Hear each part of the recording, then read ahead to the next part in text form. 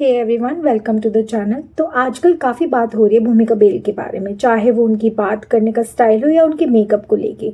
जिन्हें अभी तक पता नहीं, भूमिका बेल एक मेकअप आर्टिस्ट हैं। कहते हैं कि कई साल पहले वो एक्चुअली एक फाइनेंस डिपार्टमेंट में जॉब करती थी, पर उनका हमेशा से मेकअप में इंटरेस्ट रहा है। देखो, ये एक सेल्फ स्टार्ट मेकअप आर्टिस्ट हैं और बाद में उन्होंने डिसाइड किया कि वो मेकअप आर्टिस्ट बन के अपना करियर बनाएगी।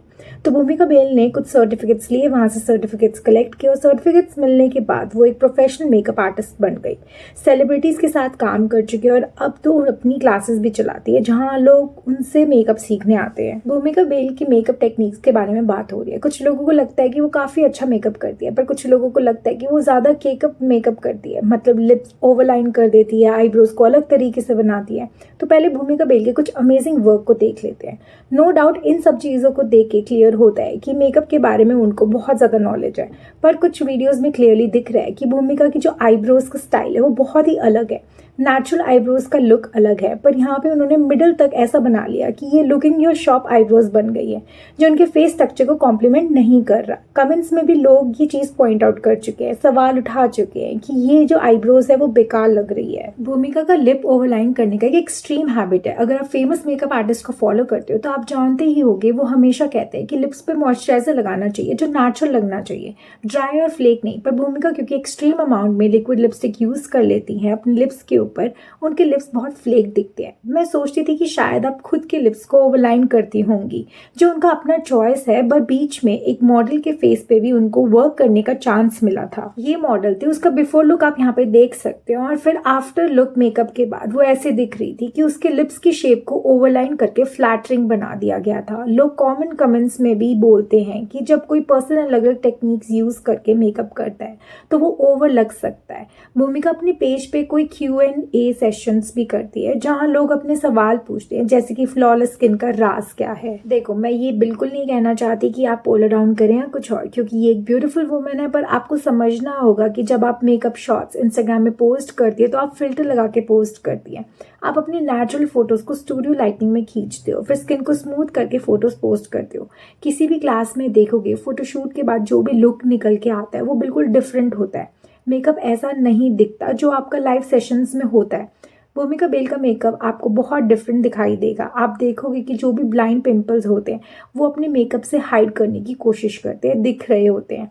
ब्लाइंड पिंपल्स का मतलब ये होता है जिनके भी black heads white heads clearly नहीं दिख रहे होते, क्योंकि क्लोजअप शॉट्स की वजह से हो सकता है या फिर और भी रीजंस हो सकते हैं। जब मेकअप लगाया जाता है तो केमिकल्स का इफेक्ट भी होता है। हर स्किन पर इतना ज़्यादा केमिकल्स के यूज से स्किन टेक्सचर में चेंजेस आ जाते हैं। भूमिका के केस में भी उनके पुरानी लुक्स देखने को मिली है जिसमें उन्होंने बहुत मेकअप यूज़ किया था, जिसकी वजह से उनका स्किन टेक्सचर में फ़र्क आ गया है।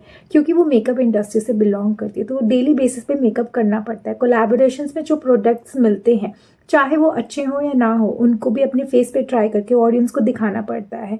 मैं ये नहीं कह रही कि मेकअप करना गलत है, कई लोगों को कॉन्फिडेंस मिलता है, पर मेरा पॉइंट ये है कि इन्फ्लुएंसर्स कहते हैं कि ये प्रोडक्ट्स उनके लिए अच्छे हैं।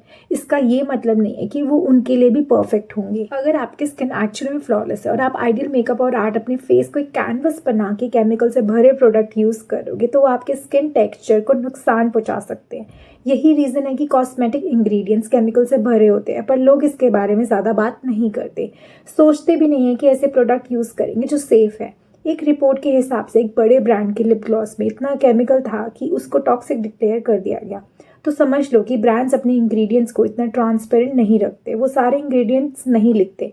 रिसेंटली लॉरियल और मेबलिन के मस्कारा के इंग्रेडिएंट्स पे भी क्वेश्चंस उठाए गए हैं क्योंकि कुछ इंग्रेडिएंट्स छुपाए गए हैं। ये मेकअप इंडस्ट्री का एक प्राउड एंड सैचुरेटेड पार्ट है। जब कोई बड़ा ब्रांड मार्केट में नया प्रोडक्ट लॉन्च करना चाहता है तो वो टर्म्स एंड कंडीशन डिसाइड करके नया कैटेगरी बनाने की कोशिश करते हैं। क्योंकि मार्केट इतनी सैचुरेटेड नहीं है तो वो कहते हैं कि लेट्स ट्राई चाइनीज मास्क, जो अभी तक मार्केट में नहीं आया। पर अगर कोई ब्रांड ऐसा प्रोडक्ट बनाता है तो वो इन्फ्लुएंसर्स को टारगेट करके उनसे कह देते हैं अपनी ऑडियंस को ये बताना है कि स्किन रूटीन के दौरान ये बहुत इंपॉर्टेंट है, चाहे उसके पीछे कोई लॉजिक हो या ना हो। पर इन्फ्लुएंसर्स कहते हैं कि आप अपने फेस का ध्यान रखो, फिर उनके फॉलोअर्स जाएंगे ये प्रोडक्ट खरीदने और अल्टीमेटली एक नई कैटेगरी स्टैब्लिश हो जाएगी।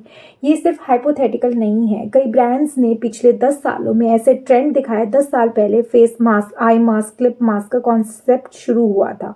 ये सब नई कैटेगरीज हैं। मैं ये नहीं कह रही कि बेनिफिशियल है या नहीं, ये इंडिविजुअल पर डिपेंड करता है। कुछ लोगों को फेस मास्क पसंद आएगा, कुछ लोगों को लिप मास्क पसंद आएगा, क्योंकि हर किसी का स्किन टाइप अलग है, स्ट्रक्चर अलग है, नीड्स अलग हैं। बस क्योंकि मेकअप आर्टिस्ट कहते हैं कि ये स्टेप्स फॉलो करो, आजकल उनकी ये पत्थर की लकीर बन गई है।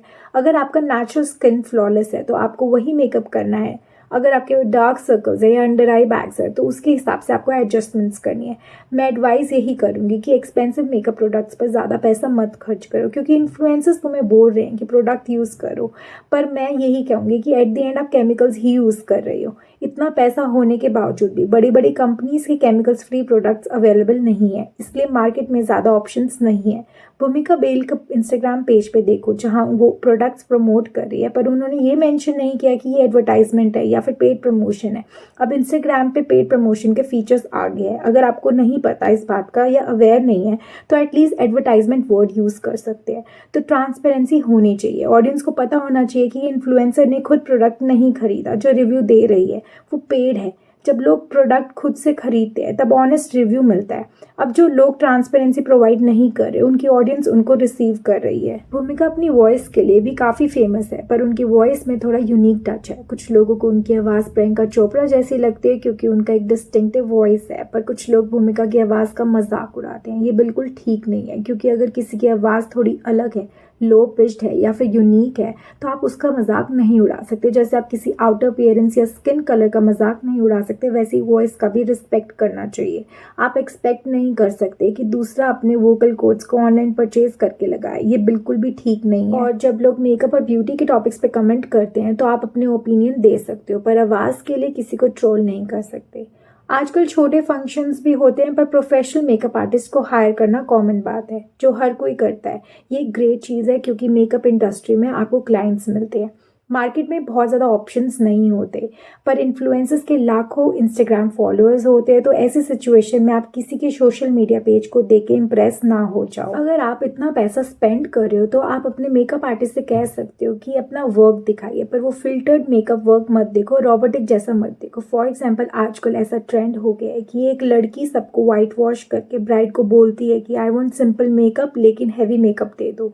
तो मेकअप ये सब चीज़ें सबके लिए अलग अलग होती है। कल जाके प्रोस्थेटिक मेकअप टेक्निक्स भी यूज़ की जाएगी नॉर्मल मेकअप के दौरान, और बीच में थोड़ा मेंटल हेल्थ से रिलेटेड एडवाइस भी मिलेगी। भूमिका ने एक पोस्ट किया था जिसमें उन्होंने कहा था कि मैं किसी बुकिंग पे कहाँ गई थी, कोई इवेंट था और वहाँ जाते हैं I was not feeling well. Event थोड़ी कैंसिल हो जाएगा कि नहीं जी मेरी तबीयत खराब हो गई। अगर आप ऐसा करते हो ना तो ये आपकी हैबिट है, और ये बहुत ही आप एक नाजुक individual. I am really sorry, I am very harsh like that. जब भी आपको कोई कुछ बोलता है जो आपको बुरा लगता है, try not to cry. Try करो, जस्ट ट्राई। आई नो वो अंदर भरेगा कहीं ना कहीं, and then you take it off alone in your room. How do you do that, वो आप देखो। This is a mental health tip that I am talking.